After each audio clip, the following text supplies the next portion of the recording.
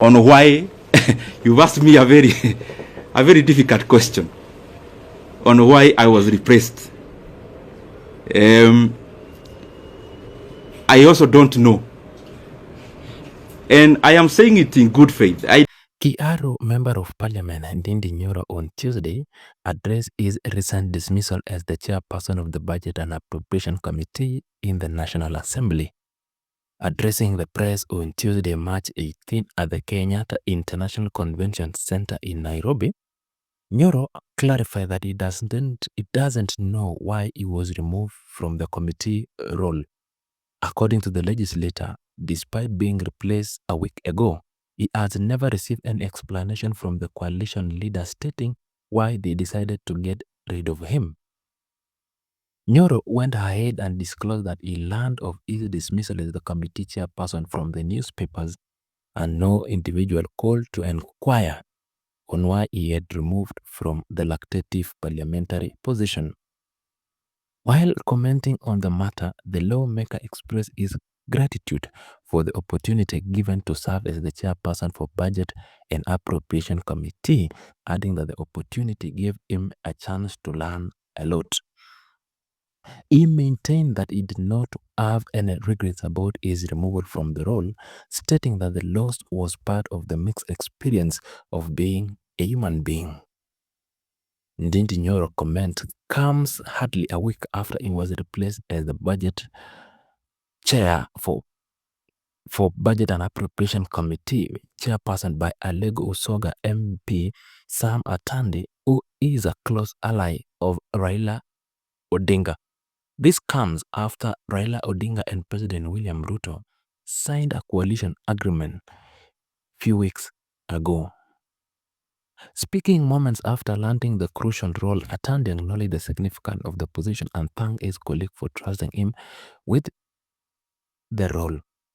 Further, Ndindi Nyoro came out and said he will talk of politics when the time comes. Then came a question from the renowned Citizen TV Stephen Leto, who asked him if he was a budget chair, he would still consider if placing the 72 billion chapati deal for President Ruto for the Nairobi students. Ndindi Nyoro rock by laughed and told Stephen Leto that later he will answer the question. Here is the clip. The position I held is a consultative position in terms of before a decision is made, there has to be a lot of consultations. But as I said before, because I also don't want to discuss personalities today, the position or the answer I gave before, I think it answers many things. That I have not had any conversation directly or on phone with any leader of our coalition in regards to the position I used to hold.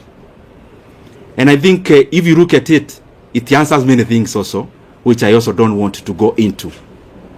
In terms of the relationship with other leaders, I respect everyone. I mean, I'm one of those people who believe there's no person who becomes a leader by just being fetched from wherever.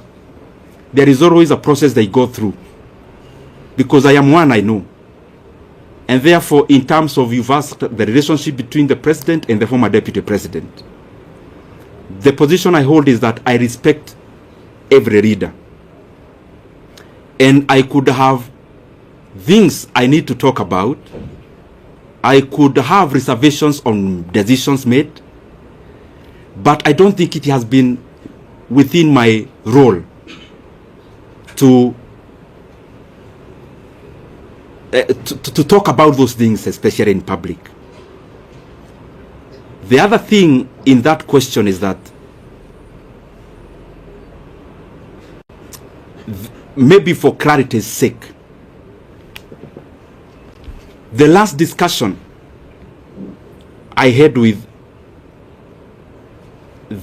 the president of the country, the last political discussion, either a chat or a discussion as it were, was before October of last year. And I would not want, and you permit me to do that, not to discuss any further about any leader, because as you're all aware, I stopped serving in my position. It's barely a week. I also need to understand many things before I talk, because I believe as a leader, I lead people. There are people who look up to us as leaders. And therefore, even when you see that I am not answering some questions, it's not because I can't answer them. I believe you have covered me previously, and you know for sure that, respectively, in this world I only fear God. So whatever I need to say, I have no reservation of saying. But also, we are given wisdom to say when to say, how to say it. And I believe we are here in Kenya. We'll keep interacting. If there is more to be said, if there is more to be clarified, we are allowed. On why, you've asked me a very difficult question on why I was repressed. I also don't know. And I am saying it in good faith. I didn't come here to accuse anyone today, or I only came to set the record straight. No one in the leadership of our coalition, from whichever position, has ever called me in regards to the position, in regards to what I need to do better, in regards to what I need to change, in regards to things that needed to be done in a different manner. It's very good for me to put it into record, because as I said, I was holding this position knowing that I was serving Kenyans. So I am also answerable. And in sincerity say, there is no one who has ever called me, decision makers of our coalition, to say anything around this. I read in newspapers about myself the same way you do.